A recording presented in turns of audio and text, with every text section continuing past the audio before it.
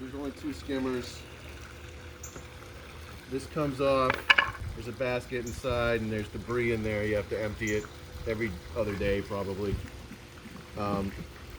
Right now, because it's been so hot, the water level's been going down probably 1/4 of an inch, maybe more, a day.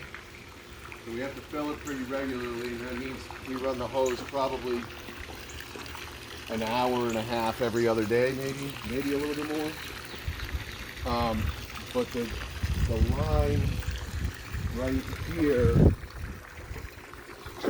is what you kind of want to judge by. When it gets close to this line, that's pretty good.